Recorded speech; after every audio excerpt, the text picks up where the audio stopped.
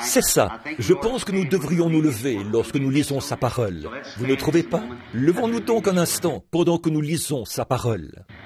Je lis ce soir pour une leçon sur les Écritures, trouvée dans le livre d'Ésaïe au chapitre 6. Écoutez attentivement. Au jour de la mort du roi Osias, je vis le Seigneur assis sur un trône très élevé, et les pans de sa robe remplissaient le temple. Des séraphins se tenaient au-dessus de lui. Ils avaient chacun 6 ailes, 2 dont ils se couvraient la face, 2 dont ils se couvraient les pieds, et 2 dont ils se servaient pour voler. Ils criaient l'un à l'autre et disaient « Saint, Saint, Saint est l'Éternel Dieu des armées. Toute la terre est pleine de sa gloire. » Les portes furent ébranlées dans leurs fondements par la voix qui retentissait, et la maison se remplit de fumée. Alors je dis, malheur à moi, je suis perdu, car je suis un homme dont les lèvres sont impures. J'habite au milieu d'un peuple dont les lèvres sont impures. Et mes yeux ont vu le roi, l'Éternel des armées. Mais l'un des séraphins vola vers moi, tenant à la main une pierre ardente qu'il avait prise sur l'autel avec des pincettes. Il en toucha ma bouche et dit, « Ceci a touché tes lèvres. Ton iniquité est enlevée et ton péché est expié. » J'entendis la voix du Seigneur disant, « Qui enverrai-je et qui marchera pour nous ?» Je répondis, « Me voici, envoie-moi. » Courbons maintenant la tête. Père, malheur, nous ressentons la même chose qu'Ésaïe a ressenti. Malheur à nous, car nos yeux ont vu le roi, le Seigneur de gloire. Nous te remercions, Seigneur, de ce qu'il y a un processus de purification ce soir, qui peut toucher non seulement nos lèvres, mais aussi nos cœurs et nos âmes, et nous purifier de toute notre impureté. Car c'est vrai, nous habitons au milieu d'un peuple dont les lèvres sont impures, et nos lèvres aussi sont impures. Nous prions afin que le glorieux Saint-Esprit vienne toucher nos lèvres et nos cœurs par l'onction, le feu du Saint-Esprit provenant de l'autel de Dieu, et nous purifie de toute notre incrédulité et de tous nos doutes, afin qu'il puisse entrer et établir sa demeure en nous, car nous l'aimons, nous le vénérons et nous l'adorons. Ce soir, nous prions, Père, afin que, s'il y a ici quelqu'un qui n'a pas encore été touché par le glorieux Saint-Esprit, le feu de Dieu, pour être purifié, que ce soir, cette œuvre s'opère en lui, pour le bien du royaume de Dieu. Nous le demandons au nom de Jésus. Amen. Vous pouvez vous asseoir. Bon, nous essayerons de sortir de bonne heure. Je ne veux pas que vous manquiez l'école du dimanche. Eh bien, il n'y a pas de mal à ce que vous manquiez un jour de travail. Vous ne manquerez pas grand-chose. Mais l'autre soir, je vous ai retenu jusqu'à 21h30, par là autour. Par contre, quoi que vous fassiez, ne manquez pas l'école du dimanche. Bon, mon sujet ce soir, c'est les influences. Si nous voulions lire ce récit, nous devrions prendre 2 Chroniques, chapitre 26, et vous pourriez le lire.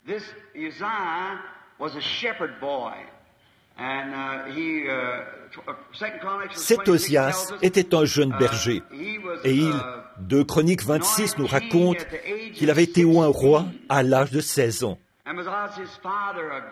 Et le père d'Osias était un homme pieux. Cet homme était un homme bon, ayant des parents pieux. Il fit ce qui est droit aux yeux de l'Éternel. Or, en général, nous constatons que, je pense que notre grand problème aujourd'hui, pour ce que nous croyons être de la délinquance juvénile, c'est une délinquance parentale, un foyer délinquant. Nos gens se sont éloignés des choses auxquelles ils auraient dû s'accrocher. L'Église est devenue tiède ou froide, et les enfants sont partis dans le monde. Or, Hollywood diffuse un tas de films et d'émissions de télévision et tout ça, qui ne sont même pas censurés. dans lesquels on blasphème et on prend le nom de Dieu en vain. Et autrefois, c'était mal pour les enfants dans les églises de la sainteté d'assister à des projections de films ou d'aller au cinéma. Mais maintenant, Satan est allé plus loin. Il a amené ça directement dans la maison, sous la forme de la télévision, sans que ce soit censuré et tout. C'est comme ça que Satan arrive à s'introduire petit à petit. C'est comme la piste de luge autrefois. Beaucoup d'entre vous ne s'en souviennent pas parce que vous êtes trop jeunes. Il y avait un divertissement pour les enfants. On s'asseyait sur sa luge et on la faisait tourner et tourner. Il y avait là une cuvette, une pente raide, et on regardait qui oserait s'en approcher le plus. Et au bout d'un moment, avant de s'en rendre compte, on se mettait à dévaler. C'est comme ça avec le péché. Ne le traitez pas à la légère. Ne cherchez pas à voir jusqu'où vous pouvez vous en approcher. Regardez jusqu'où vous pouvez en rester éloigné. Voyez, ne prenez pas de risques. Si vous voulez courir le risque, moi, je ne veux pas prendre de risques. On raconte qu'une fois, un vieil Écossais s'apprêtait à franchir une montagne. Et les voitures à cheval attendaient. Chaque homme voulait être celui qui l'emmènerait. Il a dit, « Je veux que ce soit le meilleur cocher qui m'emmène. » L'un d'entre eux a dit, « Eh bien moi, je peux faire passer mes 6 chevaux au grand galop à moins de 25 cm du bord de la route sur cette montagne. » Basculer dans le vide serait la mort.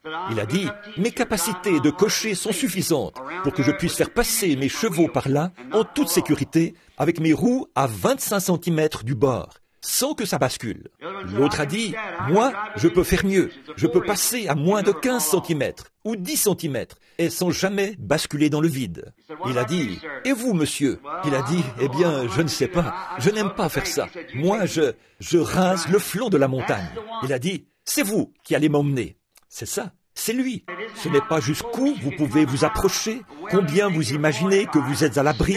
Restez aussi loin que possible du péché. Éloignez-vous-en le plus possible. Vous dites, « Eh bien, je peux faire ceci. Il n'y a pas de mal à faire ceci. » Eh bien, s'il y a un doute dans votre esprit, ne le faites en aucun cas. S'il y a un doute quelque part, tenez-vous-en éloigné. Alors, vous voyez, alors vous vivez carrément par la foi, s'il n'y a pas de doute. S'il y a un doute, alors laissez ça. Ne vous en approchez en aucun cas. Et je pense que, dans bien des cas, ce sont les parents qui s'éloignent. Je sais que parfois, ce sont les écoles et différentes choses. Et l'école du dimanche dure environ une demi-heure ou 1 heure le dimanche matin. Et le monde a les enfants le reste de la semaine. Elle leur bourre le crâne plus qu'une enseignante. Et très souvent, trop souvent, l'enseignante donne une petite leçon tirée d'une publication trimestrielle, tout en se peignant les lèvres et en se passant un coup de peigne. Elle laisse les enfants se débrouiller. Et puis, à la maison, ils ne reçoivent aucune formation chrétienne du tout. Maman est quelque part à une partie de cartes, et papa est au bowling. Et la sœur est sortie avec quelqu'un qui possède un bolide. C'est ça, vous voyez. Vers quoi? Où allons-nous? C'est tout simplement, c'est terrible. Et alors nous voyons qu'il y a toutes ces choses ensemble. Dehors, Junior parcourt les rues sur sa moto. Et certains jouent au golf et d'autres jouent au billard. Ils font une chose ou une autre pour se distraire. Et on laisse tomber l'église. Alors, très souvent, ils réunissent le conseil. S'il arrivait que ce pasteur aborde un point sensible qui est plutôt un peu contraire, ou qu'il dise quelque chose à ce sujet, le conseil le convoquerait. Son nom serait transmis au quartier général et il serait excommunié. Vous voyez, donc, c'est devenu un gagne-pain, au lieu qu'on ait des serviteurs ouins pour prêcher l'Évangile. Vous voyez, c'est vrai, c'est ça qu'ils recherchent. C'est un gagne-pain. On veut rester là, avoir un bon salaire.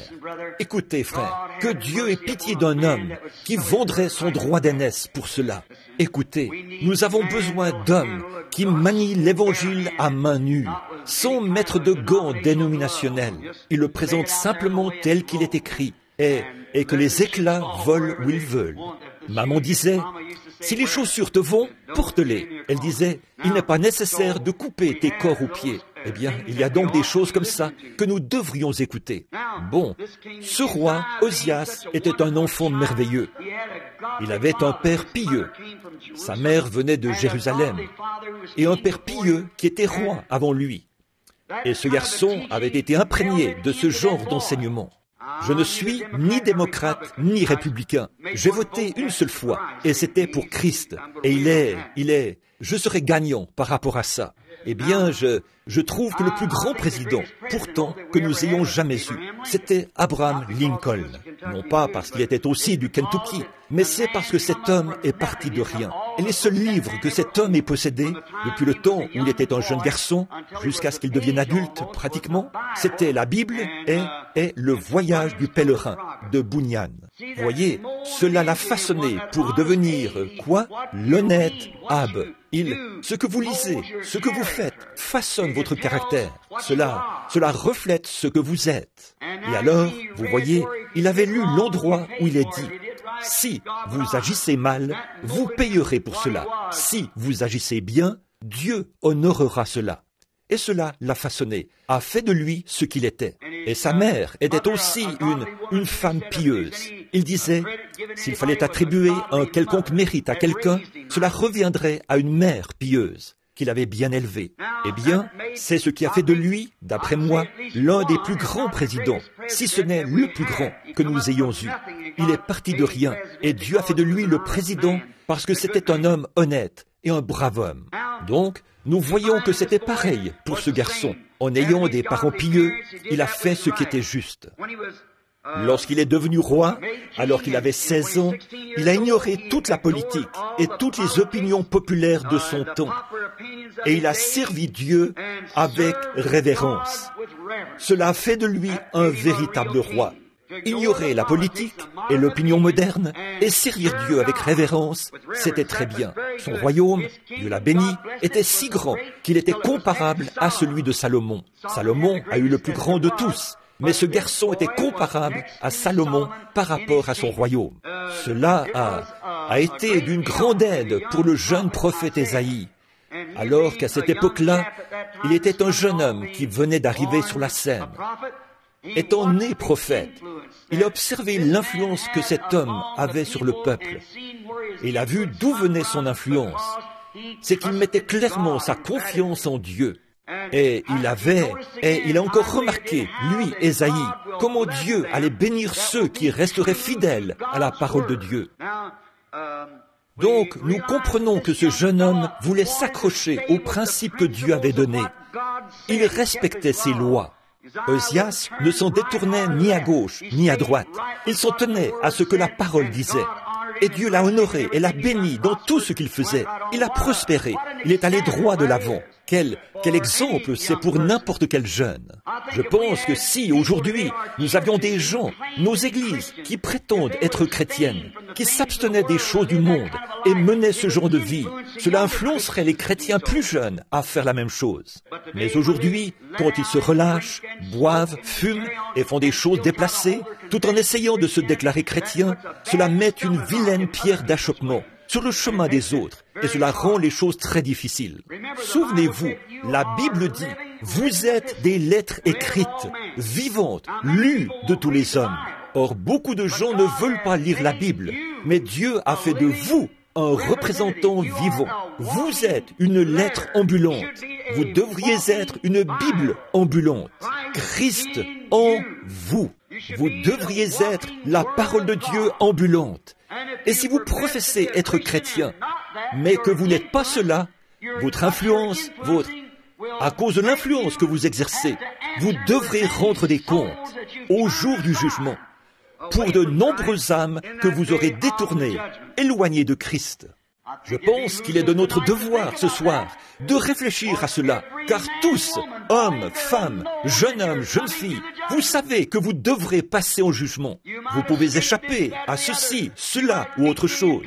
Vous pouvez rouler les impôts et échapper au fisc. Vous pouvez faire une chose ou l'autre. Vous pouvez avoir dépassé la limitation de vitesse sans vous faire attraper par la police. Mais un jour, le jugement vous rattrapera. Ça, c'est certain. Et nous savons que l'homme doit mourir. Et après quoi vient le jugement. La mort n'est pas une chose difficile. C'est le jugement après la mort. C'est ça qui est grave. Et là, ce que vous avez fait dans la vie et comment vous avez influencé les autres, ce jour-là, vous aurez à en répondre. À combien plus forte raison devrions-nous rejeter tout fardeau et le péché qui nous enveloppe si facilement, afin que nous puissions courir avec persévérance dans cette carrière qui nous est ouverte, ayant les regards, non pas sur les credos, sur les dénominations, sur quelqu'un d'autre, mais sur Jésus-Christ, qui est le chef et le consommateur de notre foi. Combien nous devrions réfléchir à ces choses, mes amis, sérieusement et avec respect, alors que nous voyons ce jour approcher, en sachant que, d'un moment à l'autre, les pages de votre vie, le livre pourrait être fermé ce soir, et que demain, ce sera trop tard pour vous de le faire. Ne remettez pas à demain ce que vous pouvez faire aujourd'hui, car demain pourrait ne jamais venir. Les hommes et les femmes, les jeunes garçons et les jeunes filles, qui sont peut-être assis ici ce soir, seront à la morgue avant l'aube. C'est vrai. Et alors, votre livre sera fermé, et vous n'aurez plus jamais une autre occasion. Ceci peut être votre toute dernière occasion. Réfléchissez à ça, sérieusement. Vous dites, eh bien, probablement pas, mais ça pourrait bien l'être. Mais souvenez-vous, un jour, le livre va être fermé avec ce que vous êtes en train de faire maintenant. Et particulièrement vous qui prétendez être des chrétiens, séparez-vous des choses du monde. N'ayez rien à faire avec le monde. Fuyez ça, car quelqu'un vous observe. Quelqu'un vous observe. Et vous allez non seulement vous envoyer là-bas, mais encore vous allez amener les autres au mauvais endroit. Et vous aurez à répondre de votre influence. Combien ce prophète a observé cet homme et a vu que Dieu le bénissait et quelle influence cela avait. Combien cet homme prospérait et ce que Dieu faisait pour lui. Il menait une vie merveilleuse, bénie de Dieu, et il ne se détournait ni à droite ni à gauche. Maintenant, nous voyons ici un autre exemple. Ici, en cet homme Osias, ce grand roi qui avait marché avec Dieu à un moment donné. La Bible dit, quand le roi s'est senti en sécurité, a senti que tout allait bien pour lui, alors il s'est élevé dans son cœur et s'est enflé d'orgueil.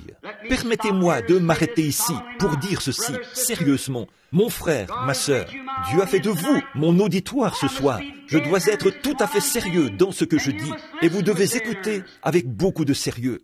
Voilà le problème de beaucoup de gens aujourd'hui. Ils pensent, certains de nos frères prédicateurs, certains en arrivent au point, peut-être, et de grands ministères, au point qu'ils se sentent en sécurité. Nous avons eu cela. Nous savons que c'est vrai. De nombreux prédicateurs aujourd'hui dans le pays commencent à boire. Quelques-uns pensent, eh bien, je me suis bâti un petit royaume autour de moi. Je n'ai aucune raison. Ces gens m'aiment tellement qu'ils ne font pas attention, que je fasse ceci ou que je fasse cela. Permettez-moi de vous dire, frère, qu'il y en a un qui regarde, et c'est Dieu. Aucun homme n'est en sécurité en dehors de Dieu. Alors parfois, nous en arrivons au point où nous pensons, Dieu nous bénit. Il m'a donné une Cadillac, il m'a donné un meilleur travail, il m'a donné ceci. Cela ne prouve pas du tout que vous ne puissiez pas détourner de vous ces bénédictions. Quand vous vous élevez et que vous avez l'impression que, bon, autrefois, je passais toute la nuit à prier. Autrefois, je faisais ceci et je faisais cela, mais je ne le fais plus. Vous êtes sur un terrain glissant. Voilà le problème de nos pentecôtistes. Alors qu'autrefois, il y a longtemps, nous avions des petites missions là-bas au coin. Les femmes, jambes nues, battaient du tambourin là-bas. On devait prier toute la nuit et tout. La police vous enfermait et vous restiez en prison et tout. Vous priez. Les églises et toutes les dénominations se riaient de vous et se moquaient de vous. Mais aujourd'hui, Dieu vous a élevé au point que vous avez certaines des meilleures églises du pays, de grandes et puissantes dénominations. Vous commencez à vous sentir en sécurité. Faites attention, c'est alors que vous vous élevez. Alors, quand Dieu envoie quelque chose, vous ne pouvez plus l'accepter parce que vous avez déjà rendu témoignage à cette chose. Quand vous commencez à vous sentir en sécurité, c'est alors que vous êtes en route vers votre chute. Cela vaut pour les dénominations, cela vaut pour les nations. Regardez notre nation, qui était autrefois l'un des grands pays du monde pour ce qui est de la moralité. Regardez-la aujourd'hui. Elle est la risée du monde. Elle est plus souillée que tout ce que je connais. Quand je suis descendu de l'avion à mon arrivée à Rome et que je suis allé à Saint-Ange pour visiter les catacombes, je me suis senti gêné en voyant un écriteau placé devant les catacombes de Saint-Ange qui disait Avis à toutes les femmes américaines. Prière de vous habiller avant d'entrer dans les catacombes, afin d'honorer les morts. Elles viennent là, en short et en pantalon, à un endroit comme Rome. Et il fallait dire aux femmes américaines d'honorer les morts et de s'habiller. Eh bien, c'est devenu une puanteur pour les narines. Et tout l'argent que nous avons outre-mer, les prêts que nous octroyons, et toutes ces choses, cela n'achètera jamais l'amitié. Ce qu'il nous faut dans cette nation, et que nous n'aurons jamais, mais ce qu'il nous faut, c'est un temps pour faire le grand ménage. Non pas un grand ménage politique, mais un réveil envoyé par le Saint-Esprit qui va la balayer de la tête aux pieds. C'est ce dont nos églises ont besoin, c'est ce dont notre peuple a besoin, c'est ce dont nous avons besoin en tant qu'individus. Que notre influence, quand nous nous élevons pour dire « Je suis pentecôtiste, j'ai parlé en langue, j'ai crié, j'ai dansé par l'Esprit », peut-être que vous l'avez fait. Mais laissez-moi vous dire quelque chose, frère. Ce n'est pas une sécurité pour vous, pas du tout. Nous voyons, quand Osias s'est élevé dans son cœur, nous voyons que Dieu l'a frappé. Qu'est-ce qu'il a fait? Il a tout essayé pour essayer de prendre la place d'un ministre. Il pensait que, parce qu'il s'était élevé, que Dieu l'avait béni et avait fait de lui un grand homme, qu'il pouvait simplement faire tout ce qu'il voulait. Il n'y a pas longtemps, j'ai entendu un jeune homme qui me parlait. Il disait, « Vous savez, frère Branham, Dieu m'aime tellement qu'il me laisse simplement faire tout ce que je veux. Ça lui est égal. » Aujourd'hui, j'entends tellement parler de Dieu comme étant un Dieu bon. Il l'est. Je ne conteste pas cela. Il est un Dieu bon. Mais il est aussi un Dieu de colère. Sa sainteté exige la justice. Sa loi exige le jugement. S'il n'y a pas de jugement avec la loi est sans effet. À quoi cela servirait-il de dire « C'est contraire à la loi de griller ce feu rouge ici » s'il n'y a pas de sanction derrière? Voyez, ce ne serait pas une loi. On ne pourrait rien faire s'il n'y avait pas de sanction. Il y a une sanction quand on transgresse les lois de Dieu. Et cela, vous aurez à payer jusqu'au tout dernier sou avant qu'on vous laisse sortir de là. Or, beaucoup d'hommes aujourd'hui commettent la même triste erreur que cet homme quand il s'est élevé, qu'il est devenu grand, qu'il avait tout bien en main. Il s'est senti en sécurité. Dieu m'aime tellement que maintenant, rien ne peut me nuire. À ce moment-là, il s'est retrouvé dans le même état que Nebuchadnezzar une fois, comme vous le savez, vous, lecteurs de la Bible. Nous voyons ensuite qu'il a été frappé de lèpre parce qu'il avait essayé de prendre la place d'un ministre. Il n'y a pas longtemps, je prêche pour les hommes d'affaires du plein évangile à travers le monde. Il y a quelque temps, j'étais assis quelque part. C'était là-bas en Jamaïque. Nous tenions une réunion. Je les aime, parce que ce sont des gens qui viennent de toutes les églises. Cela me donne l'occasion de parler. Parfois, les églises ne veulent pas collaborer, mais comme leurs hommes d'affaires, eux, collaborent, elles le font pour sauver la face devant eux. Donc, on voit que là-bas, je tenais une réunion. Ce soir-là, quand nous sommes rentrés au motel Flamingo, j'ai dit, « Mes amis, vous me faites honte. » J'ai dit, c'est une honte. Tout ce dont vous avez parlé devant tous ces dirigeants politiques et autres, et ces hommes d'affaires d'un peu partout, c'était... J'avais une toute petite entreprise ici. Maintenant, je possède 16 Cadillacs. Ou que sais-je encore. J'ai dit, vous ne pouvez pas vous comparer à ces hommes-là. Voilà ce qui ne va pas dans l'Église aujourd'hui. Vous essayez de vous comparer à Hollywood. Vous essayez de ressembler à Hollywood. Souvenez-vous, Hollywood brille. L'Évangile rayonne. Vous ne pouvez pas aller sur leur terrain. Vous devez les amener sur notre terrain. C'est là que nous devons les amener. Il faut les amener de ce côté-ci. Ce n'est pas à nous d'aller là-bas. Nous ne pourrons jamais nous comparer à eux. Nous ne voulons pas le faire. Ils brillent et scintillent.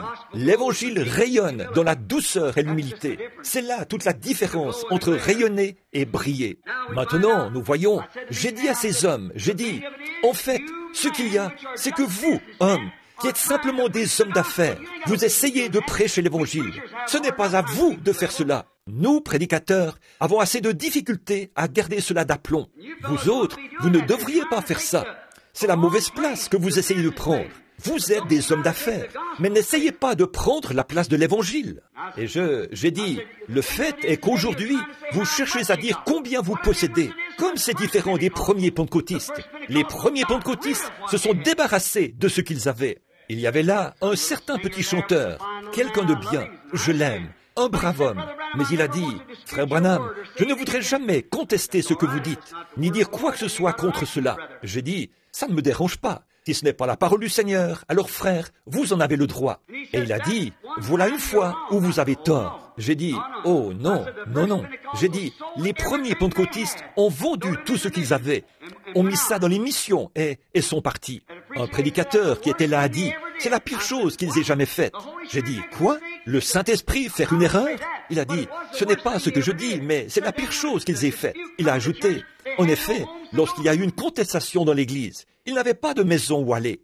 J'ai dit, c'est exactement pour ça que Dieu leur a fait vendre leur maison. C'est qu'ensuite, ils sont allés partout et ont répandu le message d'un bout à l'autre du pays. Ils n'avaient point d'autre endroit où séjourner. Dieu sait ce qu'il fait. Laissez-le simplement diriger toutes les affaires. Nous voyons que cet homme a pris un encensoir. Il s'est apprêté à entrer pour agiter un encensoir, pour brûler de l'encens. Ce n'était pas son travail. Il était roi, ne devait pas être un sacrificateur. Et le sacrificateur lui a couru après et lui a déclaré, « Tu ne devrais pas faire ça. Seul un lévite est habilité à le faire. Et toi, tu n'es pas lévite. C'est un homme consacré qui doit le faire. Et toi, tu n'es pas consacré à l'Éternel. Tu es un roi. Dieu te bénit. C'est bien. Mais tu n'es pas consacré pour faire cela. » Si souvent, nous avons vu des gens essayer d'imiter des dons, alors qu'ils n'étaient pas consacrés pour cet appel. Nous avons vu tout ça. Nous voyons ça aujourd'hui, tout comme autrefois. Nous voyons quelqu'un essayer d'imiter une personne qui a le Saint-Esprit, pousser des cris comme eux, parler en langue comme eux. Et pourtant, ils ne connaissent pas plus Dieu qu'un Hottentot ne peut connaître une nuit égyptienne. C'est vrai, rien que de l'imitation. Ils font semblant, ils simulent quelque chose. Mais laissez-moi vous dire, vous qui voyez ces choses, souvenez-vous, quand vous voyez quelqu'un imiter ça, c'est qu'il y a quelque chose d'authentique quelque part. Si j'ai trouvé $1 et que c'est une contrefaçon, c'est seulement le signe qu'il a été copié sur un vrai. Nous voyons cet homme, Osias, essayant de prendre la place de ce sacrificateur. Et lorsqu'ils lui ont couru après pour lui dire, il s'est mis en colère, il s'est retourné et leur a fait savoir, je ferai ce que je veux. Qui êtes-vous pour me dire ce que je dois faire? Vous me dites, ce que je suis censé faire, c'est moi le roi. Je ferai ce que je veux. Et Dieu l'a frappé de lèpre sur le champ. Et il est mort lépreux. Dans sa colère, lorsque sa colère s'est enflammée, alors il était frappé de lèpre. Alors cela a été une leçon pour ce jeune prophète. Ça, c'est sûr. Après avoir observé cet homme monter et obtenir son doctorat en philosophie, son doctorat en droit et tout, et ensuite essayer de prendre une place qui n'était pas la sienne. Il a appris, et cela l'a mis en colère. Lorsque quelqu'un a essayé de lui faire connaître l'ainsi dit le Seigneur, il l'a ignoré. Alors Dieu l'a frappé de lèpre, ce qui est un type du péché. Bon, par ceci, Ésaïe a appris que c'est Dieu qui attribue la place que son homme doit occuper. C'est Dieu qui fait l'attribution. On ne peut pas prendre un homme à un moment donné et faire ça avec lui. Il n'y a pas longtemps, une jeune femme, elle m'a dit qu'elle avait un jeune garçon elle a dit qu'il ressentait un appel. Elle avait environ 35 ans, je pense. Elle a dit, mon fils d'environ 14 ans ressent un appel. Frère Branham, est-ce que vous l'enverriez faire son doctorat en philosophie ou quelque chose comme ça? L'enverriez dans une université? Que me conseilleriez-vous? J'ai dit, la meilleure que je connaisse, c'est l'université de la genoologie. Là, sur ses genoux. J'ai dit, s'il va là-bas, avant longtemps, il va se mettre à prendre les mathématiques et tout ce qui concerne ceci, et autant en ce qui concerne ceci, et on le soumet à un examen psychologique, et on mesure son QI et tout, comme ça. Et alors, il faut sortir tout ce qu'il y avait de Dieu en lui. Et je dis, je ne discrédite pas ces choses, mais je vous montre simplement à quel point il dévie. Observez et voyez comment ceci arrive. Donc, c'est Dieu qui attribue la place que son homme doit occuper. Il n'y a pas longtemps, je lisais la petite histoire d'une femme qui avait une maladie, une pneumonie, à Saint-Louis, dans le Missouri. Et elle était très, très malade. Et on disait qu'elle allait mourir. Elle avait un fils à l'université.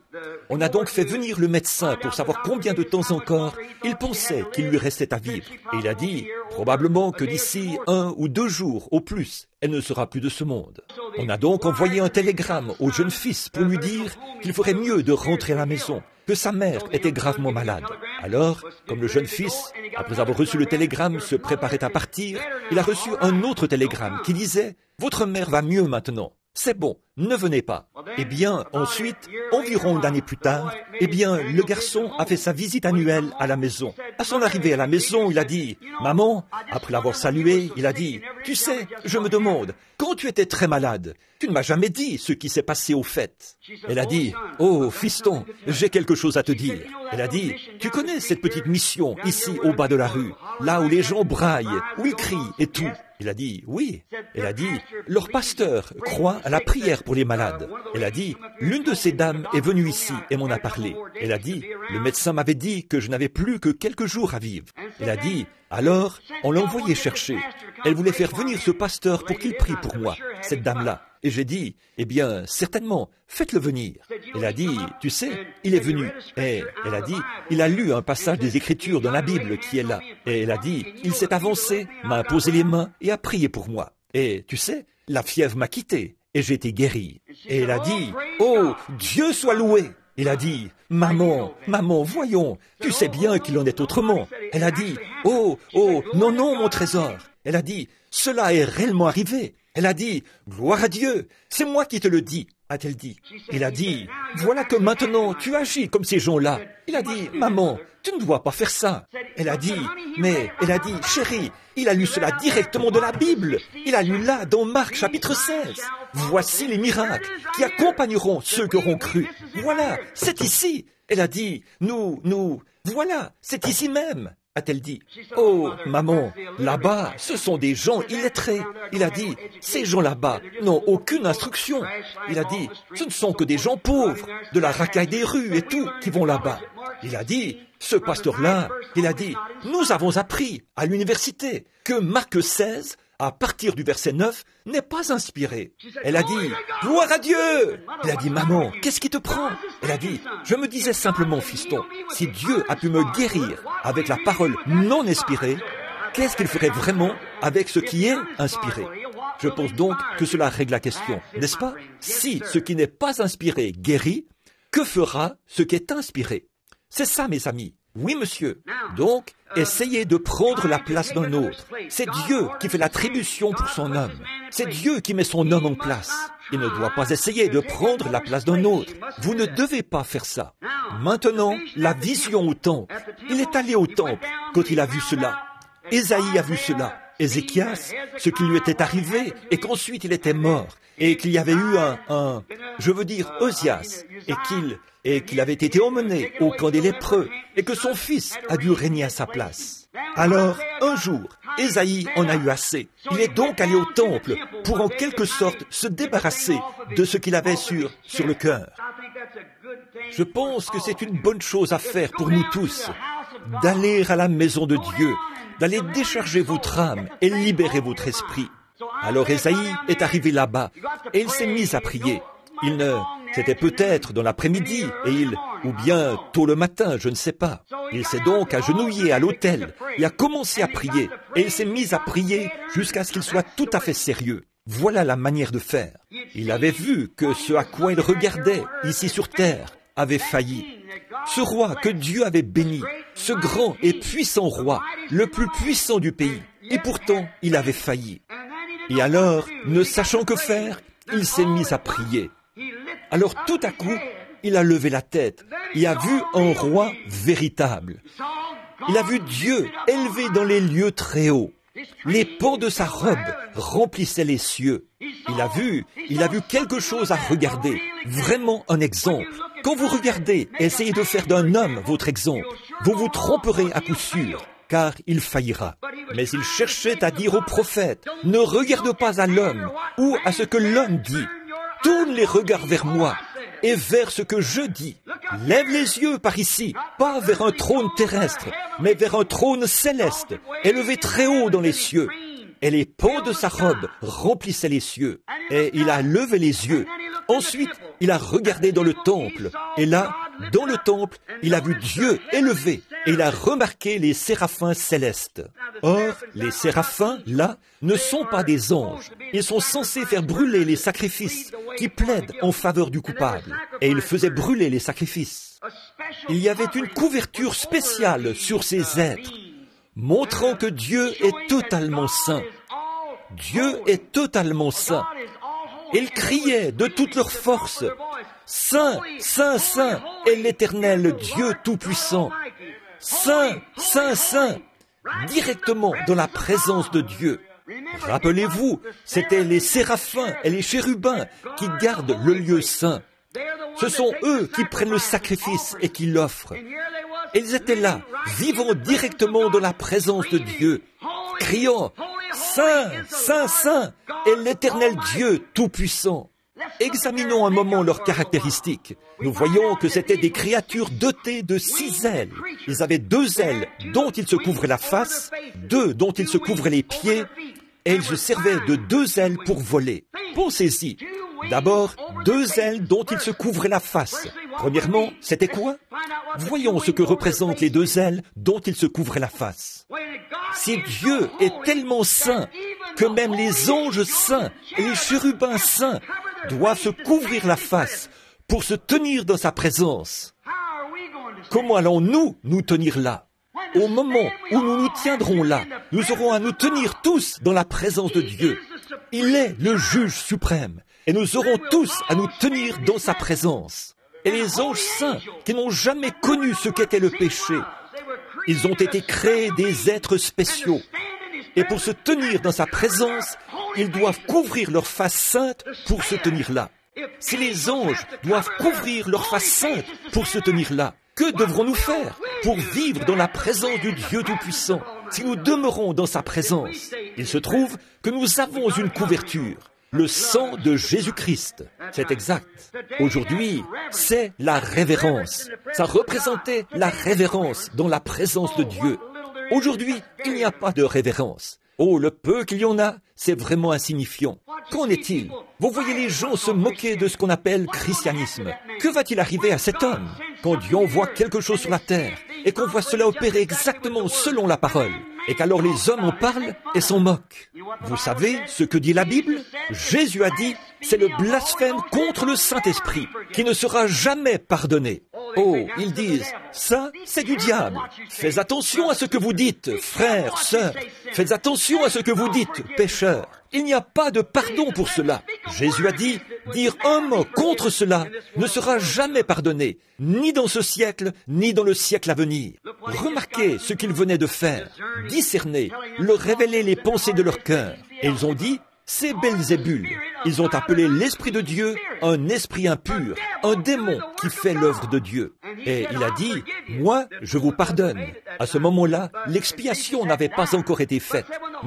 Et Jésus n'était pas encore mort. Mais il a dit, quand le Saint-Esprit sera venu, parler contre cela, ça ne vous sera jamais pardonné. Quand le Saint-Esprit viendra accomplir la même œuvre qu'il faisait à ce moment-là, cela ne sera jamais pardonné. Des gens irrévérencieux. À quoi pouvons-nous nous attendre, sinon au jugement? Cette nation qui a rejeté Dieu, cette nation, alors que tous ces Billy Graham et ces Oral Roberts ont condamné ces choses d'un bout à l'autre de ce pays, et ces autres grands soldats de la croix qui ont traversé ce pays en prêchant l'Évangile, et chaque année, le déchaînement continue. Le péché ne cesse de s'accroître. C'est le grand évangéliste Billy Graham qui a dit l'autre jour, dans l'une de ses réunions, quand il est allé à New York, il a dit qu'il croyait que le péché avait augmenté de plusieurs pourcents à New York depuis ses réunions de réveil là-bas.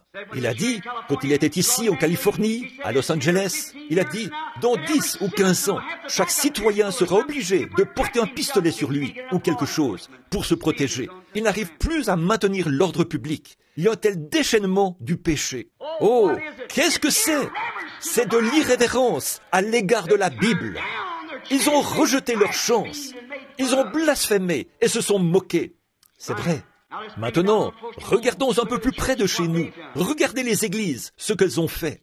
Beaucoup d'entre eux parcourent le pays. Quand vous trouvez un homme qui possède suffisamment de la vraie puissance de Dieu pour parler aux gens de leur voie pécheresse, prenez quelqu'un qui leur dira qu'ils doivent naître de nouveau, non pas serrer la main ou s'avancer et prendre une décision. Ils doivent naître de nouveau, non pas inscrire leur nom dans un registre ou adhérer à l'église, ou serrer la main, ou une aspersion, ou un baptême quelconque, mais naître de l'Esprit de Dieu, être séparé, la vie de Dieu vivant en vous, qui transparaît, pas seulement aujourd'hui ou demain, Mais pour le reste de vos jours, avec joie dans vos épreuves et tribulations, vous continuez à avancer, en sachant que la route vers la gloire est ouverte devant vous. Voilà le genre d'évangile qu'il faut. Quand vous les trouvez dans cet état-là, vous prêchez cela. Et quand vous revenez l'année suivante, ils sont toujours les mêmes. C'est la même chose, seulement pire. Il y a davantage de ces choses, et encore davantage. Plus vous prêchez contre cela,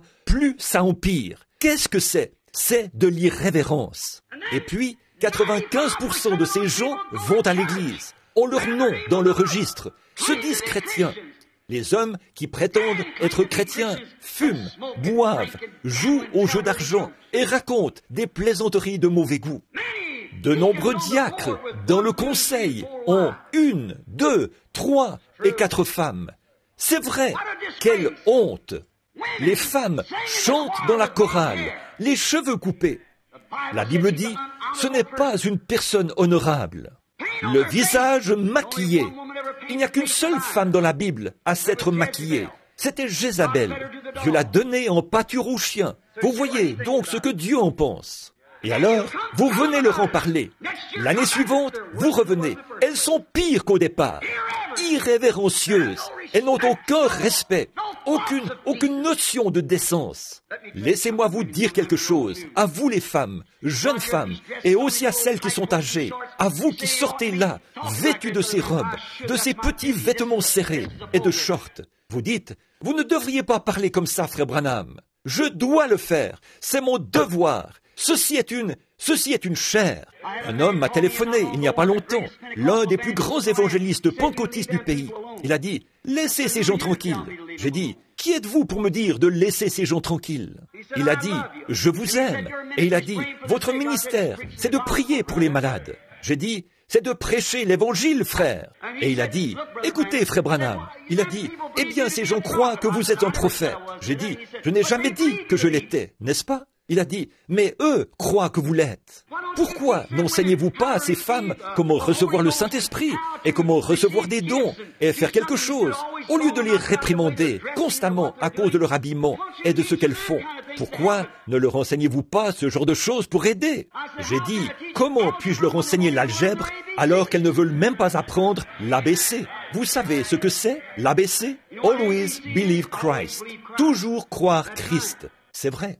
Bon. Eh bien, comment pouvez-vous le faire? Comment pouvez-vous le faire? On dirait qu'il y a une pression sur eux. Quelque chose les en empêche. Cela devient une Sodome moderne. C'est l'heure dans laquelle nous nous trouvons. Ce sont des choses terribles qui se passent dans le pays aujourd'hui. Et il a dit, eh bien, écoutez, j'ai dit, non, je n'ai point de programme à parrainer. Je n'ai pas d'église qui puisse me mettre à la porte. Non, monsieur. Et j'ai dit, il a dit, c'est le devoir du pasteur de le faire. J'ai dit, mais ils ne le font pas. Alors quelqu'un doit s'en occuper. Il faut qu'une voix crie contre cela, car c'est faux. Certainement c'est faux. La révérence, respectez cela. Une jeune femme m'a dit une fois, elle a dit, « Monsieur Branham, on ne fait pas d'autres vêtements que ça. » J'ai dit, « On vend encore du tissu et on a des machines à coudre. » C'est exact. Madame, laissez-moi vous dire quelque chose. Il se peut que vous soyez tout ce qu'il y a de plus pur et vertueuse. Il se peut que vous soyez tout ce qu'il y a de plus honorable vis-à-vis de votre mari, de votre ami. Mais un de ces jours, au tribunal du jugement, vous allez répondre pour avoir commis un adultère. Si je ne suis pas coupable, vous êtes coupable. Jésus a dit, quiconque regarde une femme pour la convoiter a déjà commis un adultère avec elle dans son cœur. Et quant à ce pécheur qui vous a regardé comme cela et a eu ses pensées à votre sujet, il aura à répondre de cela au jour du jugement. Et pourquoi l'a-t-il fait? Vous vous êtes exhibé devant lui, entortillé dans des espèces de vêtements et des choses semblables. Exact, c'est une honte. Vous aurez à le faire, madame. Et vous, les hommes, qui vous dites chrétiens, vous devriez diriger votre foyer, mais qui laissez vos femmes faire cela. Repentez-vous, sinon votre foyer tout entier périra. Il se peut que vous ne m'aimiez pas après cela, mais je vais vous dire la vérité. Alors je n'aurai pas de sang sur les mains quand je comparaîtrai au tribunal du jugement. C'est une chose certaine, voyez? Oui. Écoutez, frères, il y a toujours une voix qui accompagne le signe, vous savez, et vous feriez mieux de l'écouter, pas la mienne, mais c'est ce que dit la Bible. C'est vrai. Oh, je sais que cela a l'air démodé, mais c'est précisément ce que dit la Bible. Et c'est ce que nous sommes censés être. Les anges doivent se couvrir la face pour se tenir dans la présence de Dieu. Et les femmes, quand la Bible dit « il n'est pas convenable » ou inconvenant qu'une femme prie les cheveux coupés, elle n'a pas le droit de prier. Et on la met dans la chorale. Et on fait même d'elle un prédicateur. C'est exact. Je sais que ça vous rend un peu malade, mais vous savez, c'est comme maman me disait, quand il fallait prendre de l'huile de ricin. Si ça ne te rend pas malade, ça ne te fait aucun bien. C'est pareil avec l'Évangile. Cela doit vous amener à réfléchir. C'est la vérité. Les hommes et les femmes sont coupables. Les deux, des deux côtés. C'est blanc bonnet et bonnet blanc. C'est exactement là que nous nous trouvons, irrévérencieux, peu importe ce que dit la parole. Eh bien, ça ne fait rien. Je crois que ça va comme ça. Vous présumez que ça va comme ça. La Bible dit que c'est mal. Et présumer, c'est s'aventurer sans autorité. Vous n'avez pas l'autorité de Dieu pour le faire. Ces séminaires, ces écoles et autres qui négligent ces choses de cette manière, c'est une honte. Cela amène de jeunes hommes, de jeunes ministres à faire fausse route. Ça les emmène vers une espèce de théologie faite de main d'homme, au lieu de la parole de Dieu.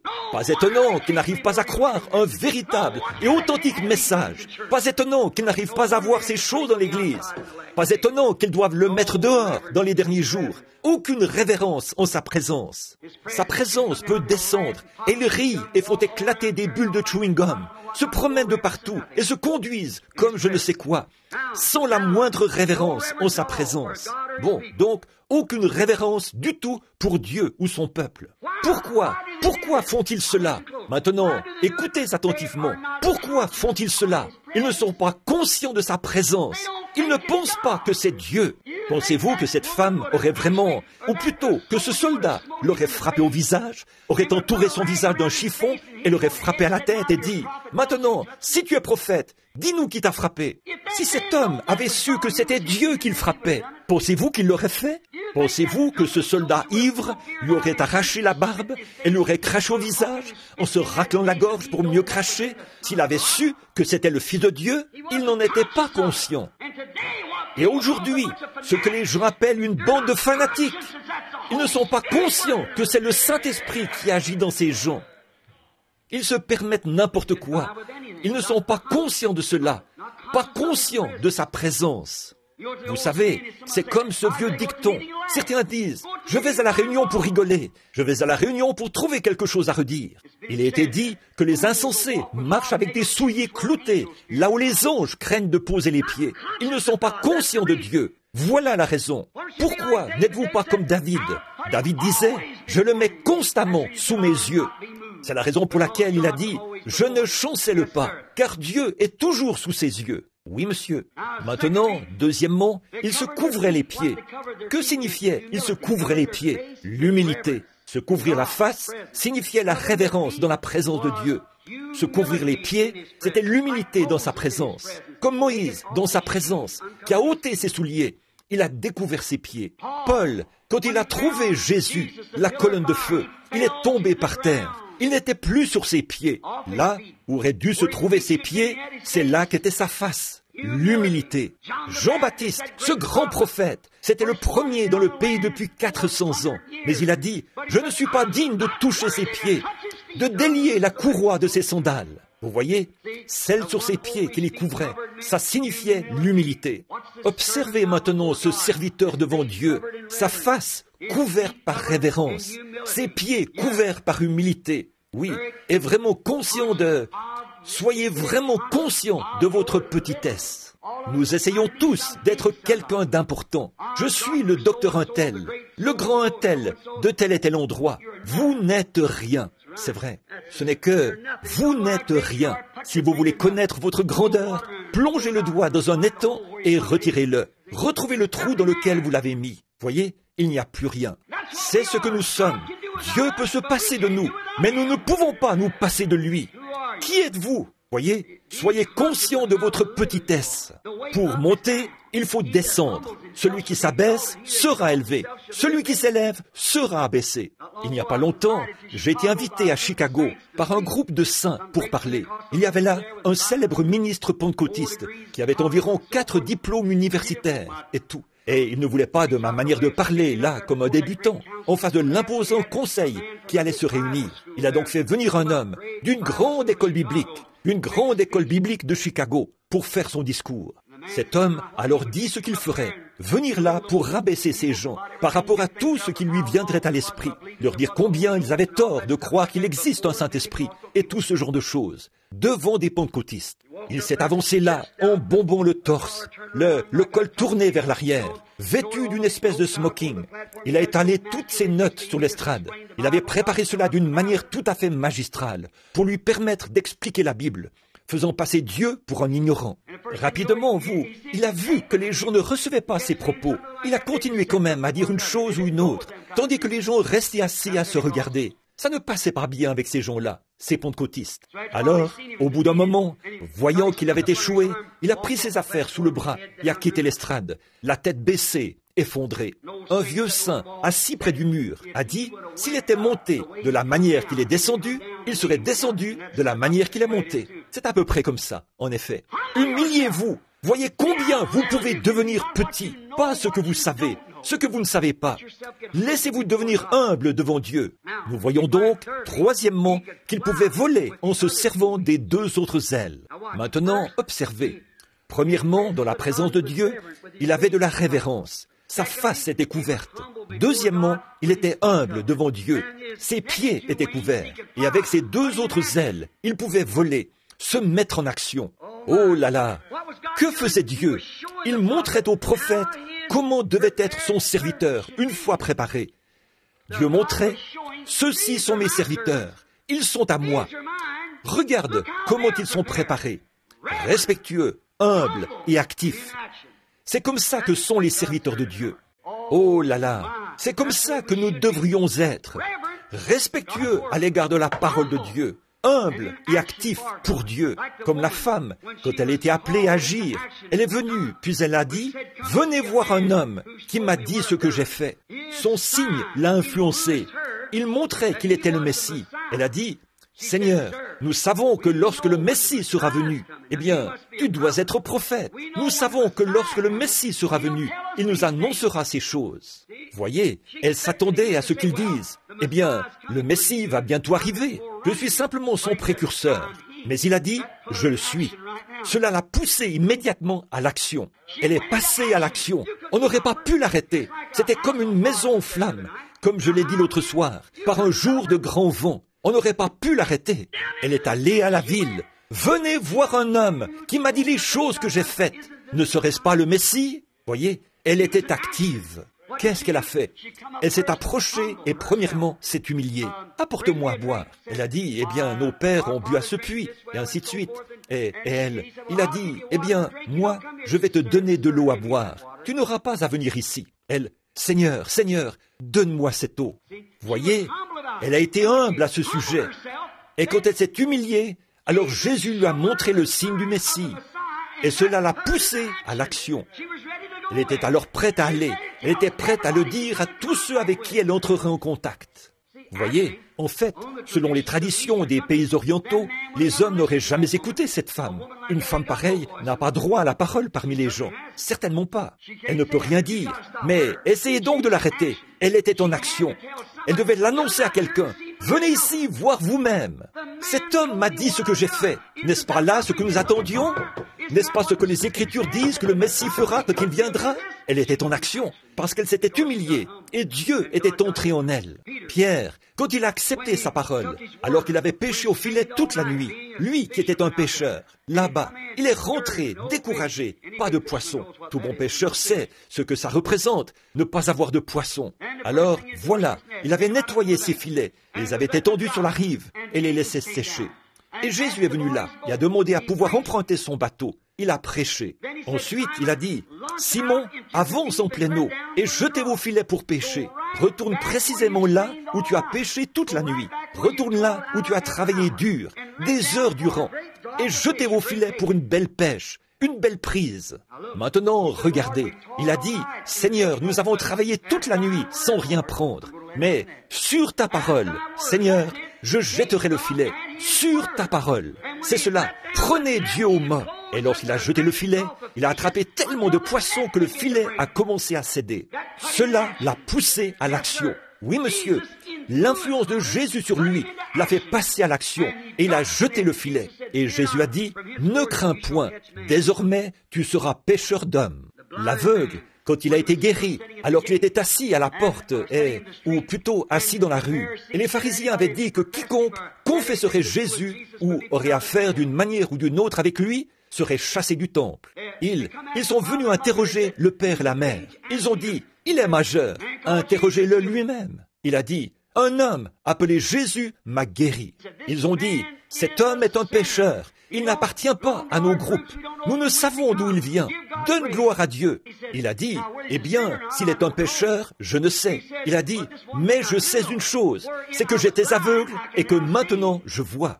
Et il a dit, la chose étrange pour moi, c'est que vous, qui êtes censés être les conducteurs spirituels de cette heure, et cet homme m'a ouvert les yeux, et pourtant, vous ne savez pas d'où il vient? Qu'est-ce qu'il a fait? Il est passé à l'action. C'est vrai. Cela l'a poussé à l'action. En effet, il a répandu sa renommée dans tout le pays. Les gens, le jour de la Pentecôte, lorsque Jésus leur a dit d'attendre là-haut et qu'ils seraient, ils sont venus là.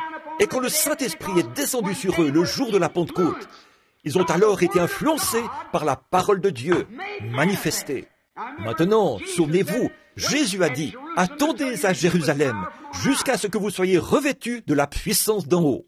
Ils ont attendu, pas 8 jours, pas 9 jours, ils ont attendu 10 jours, jusqu'à ce que la promesse fût manifestée. Alors le Saint-Esprit est descendu et s'est divisé, et des langues de feu se sont posées sur chacun d'entre eux. Et pendant qu'ils étaient sous l'influence du Saint-Esprit, ils sont passés à l'action. Ils titubaient comme des hommes ivres, criaient, parlaient en langue, et ils sont sortis dans la rue. Les gens ont dit, ces hommes sont pleins de vin doux. Lui, Pierre, s'est levé et a dit, c'est ici ce qui était annoncé par le prophète Joël, qui arriverait dans les derniers jours. Qu'est-ce que cela fait? Cela l'a poussé à l'action. Il vous poussera à l'action si vous ne l'avez pas. Il vous poussera à l'action quand vous verrez la parole de Dieu accomplie. Ce que nous avons vu en ces derniers jours devrait nous pousser à l'action. Cela devrait le faire, pour autant que nous le fassions avec révérence et humilité. La colonne de feu devant Paul l'a poussé à l'action. Et aujourd'hui, quand nous voyons cette même colonne de feu prouvée par la science, par ses résultats, par ce qu'elle a promis, accomplissant exactement la parole en ces derniers jours, cela devrait nous pousser à l'action. C'est que le signe a été donné. Ce qui arriva du temps de Sodome, juste avant que Sodome soit brûlé, arrivera de même à la venue du Fils de l'homme. Il sera de nouveau manifesté, le même hier, aujourd'hui et éternellement. Cela devrait pousser chaque membre du corps de Christ à l'action, en y faisant entrer tout ce que vous pouvez, car c'est la dernière heure. C'est le dernier appel, le dernier appel. Mot à mot, cela s'est accompli. Cela devrait certainement nous pousser à l'action. Nous, comme le prophète, nous avons vu le sort de ceux des dénominations qui se sont élevés.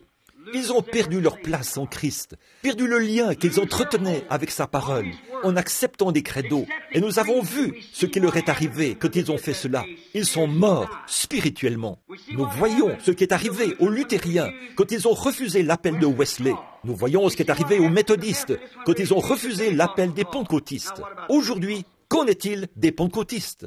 Voyez, nous avons vu des hommes comme Osias qui se sont élevés et qui ont essayé de prendre la place d'une fonction ointe. La fonction d'un homme dans l'Église dépend d'une onction, pas d'une nomination. Elle est ointe. L'Église, le pasteur, l'évangéliste, le prophète, l'apôtre doivent être des fonctions ointes de Dieu, non pas élues par l'homme. Des hommes ont une fois essayé d'élire quelqu'un à cette fonction. Ils l'ont fait par tirage au sort. Le pauvre Matthias n'a jamais rien fait. Mais Dieu a choisi Paul, qui lui a fait quelque chose, parce qu'il était oint. Et nous avons vu ces hommes qui occupent ces fonctions oser dire, voici le saint évêque un tel, voici l'homme d'État un tel, voici l'homme un tel. Ça ne donne jamais rien. Mais quand Dieu vient prendre le contrôle, nous voyons alors l'onction du Saint-Esprit confirmer la parole de Dieu. Maintenant, l'impact de la vision sur le prophète. Qu'est-ce que cela a fait à cet homme qui était né prophète? Souvenez-vous, il a écrit la Bible entière. Le livre d'Ésaïe compte 66 livres et la Bible compte 66 livres. Ça commence par la Genèse. Au milieu du livre, il y a le Nouveau Testament, Jean-Baptiste, et ça se termine par le millénium. Un grand prophète. Ésaïe était l'un des plus grands prophètes que nous ayons jamais eus, et il était né pour être ça. Mais quand il s'est tenu dans la présence de Dieu, qu'est-ce que cela a amené le prophète à faire? Le prophète a dit, « Malheur à moi, car je suis un homme dont les lèvres sont impures. » Le fait d'entrer dans la présence de Dieu et voir un vase de Dieu véritablement oint, cela a amené le prophète à confesser qu'il était un pécheur. Ça devrait produire le même effet sur nous. Ça devrait produire ça, la présence ointe de Dieu. Quand il a vu celui qui criait et que les fondements ont été ébranlés et ces anges qui se déplaçaient d'un endroit à l'autre, démontrant qu'ils étaient devant Dieu et qu'ils étaient les serviteurs de Dieu, oints, et qu'ils criaient. Lui était un pécheur. Alors, qu'est-il arrivé quand il était prêt? Maintenant écoutez, pour terminer, quand il était prêt à confesser qu'il était un pécheur, malheur à moi, car je suis un homme dont les lèvres sont impures, et j'habite au milieu de gens dont les lèvres sont impures, malheur à moi. Alors l'ange a pris des pincettes et a pris une pierre ardente sur l'autel. Il l'a tenue dans ses mains, il est venu et a purifié le prophète avec elle. Alors est venue la purification, après sa confession. Donc, si un prophète appelé, confirmé comme prophète de Dieu, dans la présence de Dieu, voyant sa petitesse, a été prêt à confesser qu'il était un pécheur, que devrions-nous faire, vous et moi? Mais savez-vous ce que nous faisons? Nous tournons la tête et repartons en riant. Voilà où nous en sommes, jusqu'à ce que vienne la purification. Regardez, Ésaïe, je veux que vous remarquiez autre chose. Dieu n'a pas utilisé de manuel et de théologie, de terminologie théologique pour purifier son serviteur. Il a utilisé le feu. Il n'a jamais utilisé de credo pour purifier son serviteur. Il a pris du feu sur l'autel. Et si jamais Dieu purifiait un homme aujourd'hui, ce devrait être par le feu du Saint-Esprit qui purifie l'homme. Pas de lire un manuel et faire ceci ou un autre ouvrage de tel et tel. Un certain grand ministre ici en Californie a dit l'autre jour qu'il avait le livre de l'année. Je ne suis pas d'accord avec lui. Le livre de l'année, c'est la Bible. Elle l'a toujours été. Le livre de l'année, c'est le livre de Dieu, toujours. Donc, Dieu a utilisé le feu pour purifier son serviteur. Alors, a suivi, après qu'il a humblement confessé qu'il était dans l'erreur, alors est venue la purification. Et après la purification, alors est venue la commission. Voyez, voilà le problème. Certains d'entre nous, nous essayons de recevoir la commission avant d'être purifiés. Voyez, nous disons, eh bien, je suivrai ceci. Nous devons suivre Dieu. Ces anges faisaient une seule chose. Ils vivaient dans la présence de Dieu, humbles, respectueux et actifs devant Dieu. Alors a suivi la commission. Après la confession et la purification. C'est alors qu'Ésaïe, purifié, s'est écrié, « Me voici, envoie-moi. » Oh, frères, sœurs, si jamais il y a eu un temps où les Ésaïes devraient venir à la maison de Dieu pour être purifiés, si jamais il y a eu un temps où le membre d'Église devrait vraiment venir confesser ses péchés, si jamais il y a eu un temps pour le rétrograde,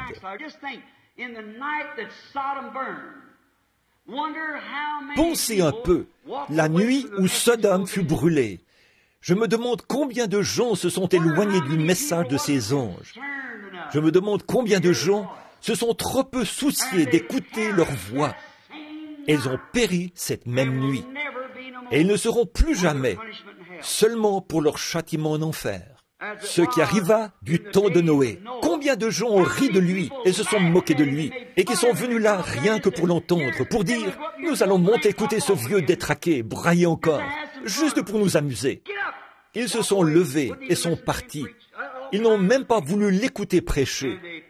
Toutes ces sortes de choses. Ils ont péri dans les jugements qu'il prêchait. Amos, ce petit prédicateur, sachant, venu de nulle part, un prophète oint, qui est venu regarder ce qui se passait à Samarie à ce moment-là. Son crâne chauve luisait, sa vieille barbe grisonnante, quand il a franchi la colline. Il a regardé, il a plissé les yeux en regardant cette ville. Non pas comme les touristes venus de toutes les parties du monde. En effet, les sacrificateurs, tous avaient péché. Et les faux prophètes leur disaient qu'il n'y avait pas de mal à ça. Il s'est rendu là-bas sans aucune collaboration pour ses réunions de réveil. Il s'est rendu là-bas sans rien et s'est écrié. Il a dit, « Ce même Dieu que vous prétendez servir vous détruira. » Et moi, je dis, ainsi dit le Seigneur, le Dieu que l'Amérique prétend servir la détruira. Prenez cela comme vous voulez. Ce qu'il nous faut, c'est nous agenouiller à l'autel. Ésaïe. Et Dieu a dit, qui marchera pour moi? Ésaïe a répondu, me voici, envoie-moi. Je pense à ce chant. Quand la pierre ardente toucha le prophète, le rendant aussi pur qu'on puisse l'être. Quand la voix de Dieu dit, « Qui marchera pour nous ?» Il répondit, « Maître, me voici, envoie-moi. » D'abord, il a dû s'humilier, être purifié et se préparer, comme nous l'avons vu pour le serviteur qui s'était préparé. Regardez Osias, comment il avait été préparé, mais il a failli. Ne mettez pas. Vous dites, eh bien je sais que le docteur Untel est un homme bon. Je connais frère Untel. Peut-être qu'ils le sont, mais ne regardez pas à cela. Regardez ici, en haut. Voyez, voici la voie. Dieu a une manière de se préparer. Comment s'y est-il pris? Le jour de la Pentecôte, Pierre leur a dit ce qu'il fallait faire. Il leur a donné une ordonnance. Et elle demeure toujours la même. Ne la modifiez pas. Vous tueriez votre patient.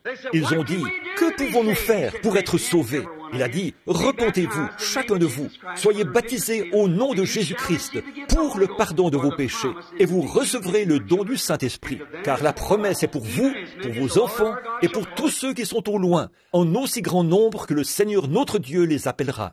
C'est ce qu'il y a ici même, ce soir. Si Dieu appelle encore, voilà l'ordonnance. Vous pouvez encore recevoir le même Saint-Esprit qu'ont reçu autrefois. Il suffit, vous pouvez recevoir la même chose ce soir. Il suffit d'aller jusqu'au bout. C'est tout ce que vous avez à faire. Oui, alors vous pouvez dire, quand la pierre ardente toucha le prophète, le rendant aussi pur qu'on puisse l'être, quand la voix de Dieu dit, qui marchera pour nous? Il répondit, Maître, voici, envoie-moi. Chantons-le. Parle, Seigneur. Parle, Seigneur. Et je te répondrai aussitôt. Parle, Seigneur. Parle, Seigneur. Et je te répondrai, envoie-moi. Écoutez ceci, frères. Des millions se meurent dans le péché. Oh, entendez leurs cris tristes et amers. Dépêchez-vous, frères. Allez vite à leur secours. Répondez-lui maintenant, Maître, me voici. Oh, parle, Seigneur. Parle, Seigneur.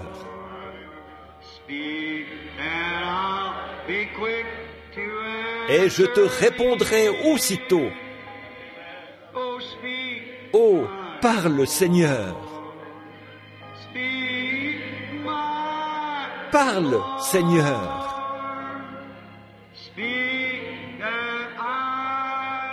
Et je te répondrai, envoie-moi. Courbons la tête.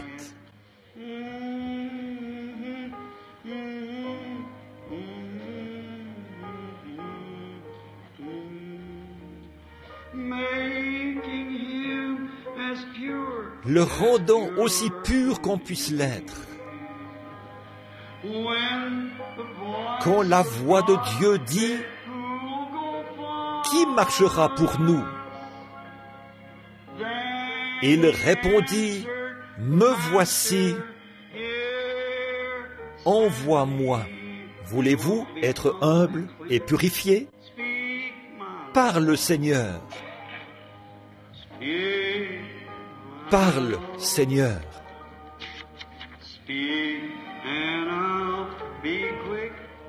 Et je te répondrai aussitôt. Parle, Seigneur. Parle, Seigneur. Et je te répondrai. Envoie-moi. Maintenant, pendant qu'il continue de jouer, y a-t-il un Ésaïe ici ce soir, ou une centaine, qui veut aller, qui veut la purification de Dieu dans sa vie? Vous qui ne connaissez pas Christ comme votre Sauveur, vous êtes maintenant invités à l'autel. S'il parle à votre cœur, je ne suis pas tellement pour chercher à persuader. Je pense que c'est le Saint-Esprit lui-même qui persuade. Mais si vous êtes ici et que vous n'avez pas Christ, alors souvenez-vous, vous répondrez au jour du jugement de ce que vous faites de ceci ce soir. Voyez, maintenant, si vous voulez venir, je suis ici pour prier avec vous. Au nom de Christ, je vous offre l'occasion de venir chercher Dieu et de pouvoir, par bonheur, le trouver. Jeunes gens, personnes âgées, personnes d'âge moyen, membres d'Église, qui que vous soyez, si le feu de Dieu, par le Saint-Esprit, ne vous a pas purifié dans votre cœur, au point de croire chaque parole de cette Bible, et que Christ est le témoin vivant dans votre cœur, comme quoi il est ressuscité des morts, alors je vous invite à l'autel. Venez ici et laissez-nous prier avec vous. En voyant votre manière d'agir, je suis porté à croire que vous êtes tous sauvés.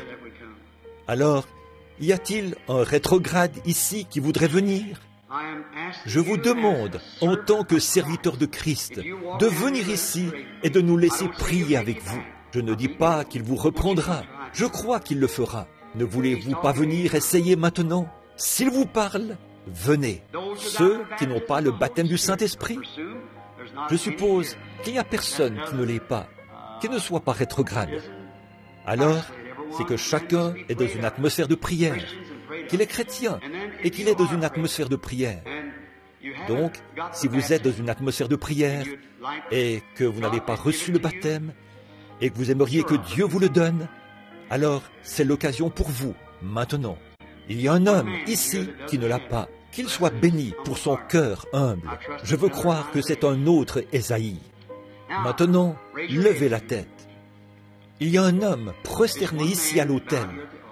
Un homme qui, je veux croire, est un Ésaïe. Maintenant, il est ici. Croyez-vous qu'il est ici? Maintenant, je vais vous dire ce que vous avez fait. Vous avez fait la chose la plus horrible que vous ayez jamais faite. Il y a ici 200 ou 300 personnes qui devraient être à l'autel. Je vais vous montrer, au nom du Seigneur, que j'ai raison de dire ce que je dis. Regardez, certains d'entre vous qui êtes ici, priez. Tenez, voici une dame assise ici, vêtue d'un manteau blanc, une petite veste blanche. Elle regarde droit vers moi. Je ne peux pas. C'est une chrétienne, mais elle prie pour une infirmité. Elle a de l'arthrite. Croyez-vous que Dieu peut vous rétablir, vous guérir? Alors, vous pouvez la voir. L'homme tout près, assis là, à côté de vous, il a quelque chose qui ne va pas avec ses oreilles. Croyez-vous que Dieu peut guérir votre problème d'oreille, monsieur, et vous rétablir? Oui. Levez la main si vous croyez. Maintenant, s'il vous plaît, soyez respectueux, juste un instant. L'homme qui est juste à côté de lui souffre du cœur. Croyez-vous que Dieu peut vous guérir, monsieur, de ce problème de cœur? Je ne vous connais pas. Vous m'êtes inconnu. Est-ce vrai? Vous m'êtes inconnu. Eh bien, écoutez, si Dieu me disait qui vous êtes, cela vous aiderait-il? M'entendez-vous bien? Vous vous appelez Monsieur Blackwood. Croyez-vous qu'il peut me dire d'où vous venez? Vous venez de Riverbank, en Californie. Si c'est vrai, levez-vous. Je ne l'ai jamais vu de ma vie. Très bien. Que Dieu vous bénisse, monsieur. Votre foi vous a guéri. Cette dame, assise là, juste à côté de vous, a une maladie nerveuse. Vous voulez être guéri de votre nervosité? Levez la main, si vous le voulez. Imposez-lui les mains, monsieur, afin qu'elle soit guérie. La dame, assise à côté de vous, là, qui porte une robe rouge, elle a du diabète sucré. Elle veut qu'on prie aussi pour elle. Voyez? Elle veut qu'on prie pour elle. Ayez foi. Voici une dame, assise là, tout au fond. Elle est sur le point de subir une opération. Si seulement elle peut... Oh Dieu! Elle a une descente de matrice. Elle s'appelle Mademoiselle Maxwell. Croyez, levez-vous, acceptez votre guérison, Mademoiselle Vous n'avez pas de carte de prière, n'est-ce pas? Vous n'avez pas de carte de prière. Très bien, vous n'en avez pas besoin. Levez la main si c'est vrai. Je ne vous connais pas. Si c'est vrai, faites signe de la main. Nous sommes des inconnus l'un pour l'autre. Faites signe de la main, comme ceci. Qu'est-ce qu'elle a touché? Ce n'est pas moi qu'elle a touché.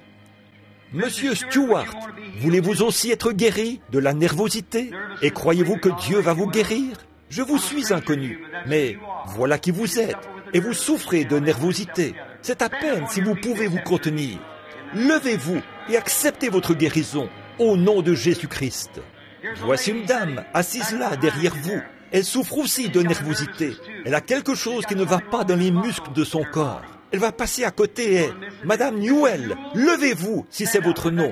Et si c'est vous, croyez. Croyez-vous? Certainement. Voici une dame assise juste ici. Elle a un problème de cœur et de l'hypertension. Croyez-vous cela? Est-ce vrai, sœur? Levez-vous si c'est vrai. La dame, assise là, à côté de vous, elle a quelque chose dans la poitrine. Si c'est vrai, levez-vous. Dites à la dame, à côté d'elle, elle a des grosseurs sur le visage. On dirait de petites tumeurs. Si elle veut en être guérie, dites-lui de se lever et d'accepter cela. Maintenant, bon nombre d'entre vous, ici, devraient être à l'autel, en train de rechercher le Saint-Esprit. C'est ainsi dit le Seigneur. Vous voyez ce que je veux dire? Je vais faire cet appel encore une fois. Ça confirme que je vous dis la vérité. Dieu est en train de parler aux gens ici, et vous doutez un petit peu.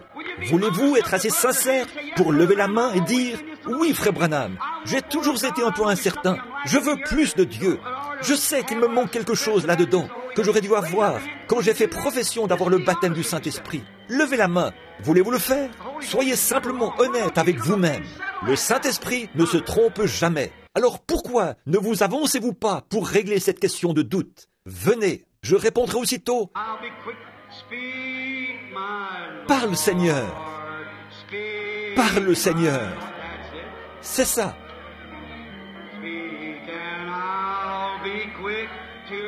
Et je te répondrai aussitôt.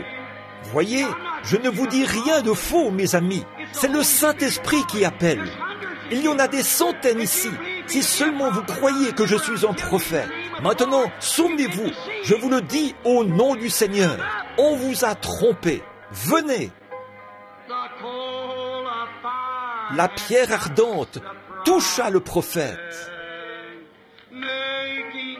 le rendant aussi pur qu'on puisse l'être. Quand la voix de Dieu dit « Qui marchera pour nous ?» Il répondit « Me voici, envoie-moi. » Ne voulez-vous pas dire la même chose? Alors levez-vous, levez les mains. Parle, mon Seigneur. Oh, parle, Seigneur. Et je te répondrai aussitôt. Parle, Seigneur. Que fait-il? Répondez-lui donc, si c'est lui qui parle. S'il y a un peu de doute quelque part, que vous n'êtes pas sûr de cela, ne prenez pas de risque. Envoie-moi. Oh, parle, Seigneur. Il est en train de parler. Allez-y. Seigneur, parle, et je te répondrai. Maintenant, mes amis, je ne suis pas enclin au fanatisme. Je ne suis pas enclin à dire mal les choses. Je me sens conduit quand je dis ce que je dis. Seigneur, et je te répondrai. Vous dites, qu'est-ce que les gens vont dire à ce sujet? C'est plutôt ce que Dieu dira à ce sujet qui compte. Envoie-moi. Parle, Seigneur. C'est vrai.